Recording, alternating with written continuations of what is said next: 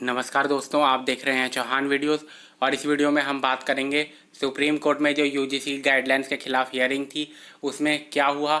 आज जैसा कि आप जानते हैं कि आज सुप्रीम कोर्ट में मामले की शुरुआत होनी थी, तो आज सुप्रीम कोर्ट में क्या क्या हुआ उसके बारे में हम बात करेंगे। साथ में यूजीसी को सुप्रीम कोर्ट ने नोटिस जारी किया है कि वो कुछ सवालों का जवाब दे और साथ में बताए कि उसने एग्ज़ाम गाइडलाइंस इस समय क्यों जारी की और एग्ज़ाम गाइडलाइंस में जो एग्ज़ाम देने के लिए सितंबर के एंड से पहले कहा गया है तो उसको किस आधार पर दिया गया है। तो इसलिए इस वीडियो को आप पूरा ज़रूर देखें, ध्यान से देखें। अगर अभी तक आपने चैनल को सब्सक्राइब नहीं किया है, आप इग्नू के स्टूडेंट हैं, यूनिवर्सिटीज़ के स्टूडेंट हैं, तो चैनल को सब्सक्राइब जरूर करें। अगर आपने अभी तक मुझे इंस्टाग्राम पर फॉलो नहीं किया है तो इंस्टाग्राम पर आप मुझे फॉलो कर सकते हैं, लिंक आपको डिस्क्रिप्शन में मिल जाएगा। तो वीडियो की शुरुआत करते हैं। Supreme Court seeks UGC response to pleas against directions to hold final year exams by September 30 to hear petitions on July 31। तो 31 जुलाई को अब आगे की सुनवाई होने वाली है, जिसमें बहुत संभव है कि उसी दिन फैसला दे दिया जाएगा। आज जैसा कि आप जानते हैं 10:30 बजे यानी कि 10:30 पर सुनवाई को शुरुआत होनी थी, लेकिन सुनवाई जो शुरू हुई वो लगभग 12:30 के बजे के करीब हुई। इस पूरी खबर का लिंक आपको डिस्क्रिप्शन में भी मिल जाएगा, जहाँ पर से आप खुद भी एक पूरी खबर पढ़ सकते हैं। इसमें मैं आपको समरी बता देता हूँ कि आज क्या क्या हुआ और किस किस तरीके से हुआ। जैसा कि आप जानते हैं कि तीनों जजेस जो थे, जस्टिस अशोक भूषण, आर सुभाष रेड्डी और बी आर गवाई, उन्होंने सुनवाई की शुरुआत की और सबसे पहले यूजीसी को कहा कि वो भी इसके ऊपर अपनी प्रतिक्रिया दे और उनको नोटिस जारी किया। आप यहाँ पर देख सकते हैं कि जो उनकी तरफ से कहा गया।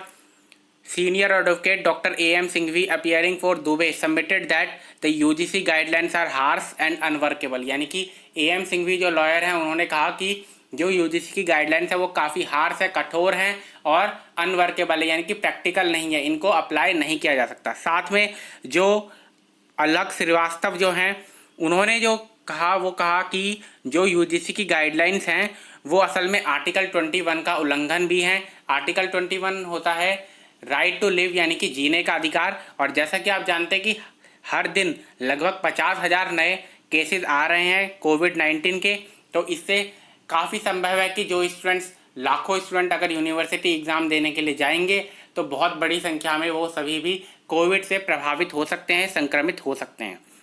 दी genesis forcing such students to appear in the final year university examination on 30 September 2020 is flagrantly violative of their right of life to as enshrined within the Article 21 of Constitution of India। जैसा कि मैंने कहा कि article 21 का उल्लंघन है, ऐसा कहा गया लॉयर की तरफ से, आलोक श्रीवास्तव की तरफ से, कि ये जो है आर्टिकल 21 राइट टू लाइफ जो है उसका उल्लंघन है। आगे आप देख सकते हैं यहाँ पर other grievances raised by the petitioners, और क्या क्या समस्याएं उनकी तरफ से बताई गई। The decision to conduct final year examination was taken by the respondents in an utterly arbitrary and whimsical manner even without consulting other stakeholders like doctors, teachers, students, university and colleges. यानी कि जो UGC का decision लिया गया है वो बिना किसी से पूछे लिया गया और काफ़ी आर्बिट्री तरीके से लिया गया। The respondent have ignored the plight of lack of students belonging to Bihar, Assam and north eastern which are presently facing floods. यानी कि जैसा कि आप जानते हैं इस समय असम, बिहार, यूपी के और नॉर्थ ईस्ट के काफ़ी इलाकों में इस समय बाढ़ के जैसे हालात हैं, तो उनकी तरफ बिल्कुल ध्यान दिए बिना ही ये यूजीसी की गाइडलाइन जारी की गई हैं। आगे there is no free movement of railways and only selected number of trains are operating. यानी कि इस समय जो भी स्टूडेंट्स थे और लॉकडाउन में वापस अपने गांव चले गए थे, वो वापस किस तरीके से आएंगे अपना एग्ज़ाम देने के लिए, इसके बारे में कोई जानकारी नहीं दी गई है। रेलवेज भी अपनी इस समय फुल कैपेसिटी पर नहीं चल पा रही हैं। A lot of difficulties in getting rented PG accommodations across India. यानी कि साथ में काफ़ी सारे स्टूडेंट्स ऐसे भी होते हैं जो अपने गाँव से आते हैं, तो उनको आने के बाद अपने लिए एक रेंटेड घर ढूंढना होता है या फिर हॉस्टल ढूंढना होता है, उसमें भी उनको काफ़ी परेशानी होगी।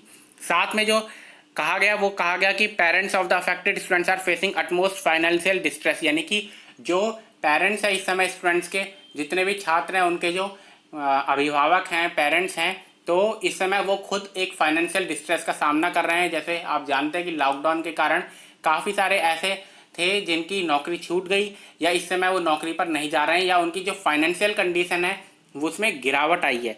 तो इस कारण उनके लिए ट्रांसपोर्टेशन का खर्चा करना, मेडिकल ट्रीटमेंट का खर्चा करना, ये सब काफ़ी ज़्यादा मुश्किल होगा और अनजस्ट होगा, यानी कि न्यायपूर्ण नहीं होगा। तो ये सारी बातें जो हैं वो इसमें कही गई। आज की जो बैठक हुई थी, आज की जो सुनवाई हुई, उनमें ये 5 पॉइंट रखे गए।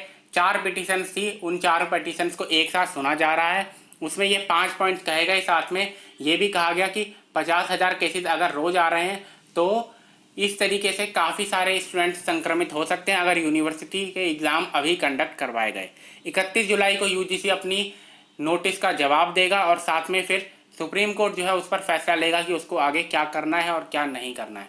आगे जो भी जानकारी होगी सुप्रीम कोर्ट से रिलेटेड, यूजीसी की गाइडलाइन से रिलेटेड या फिर इग्नू से रिलेटेड, तो उसकी भी जानकारी मैं आपको देता रहूँगा। इसलिए चैनल को सब्सक्राइब करके रखिए।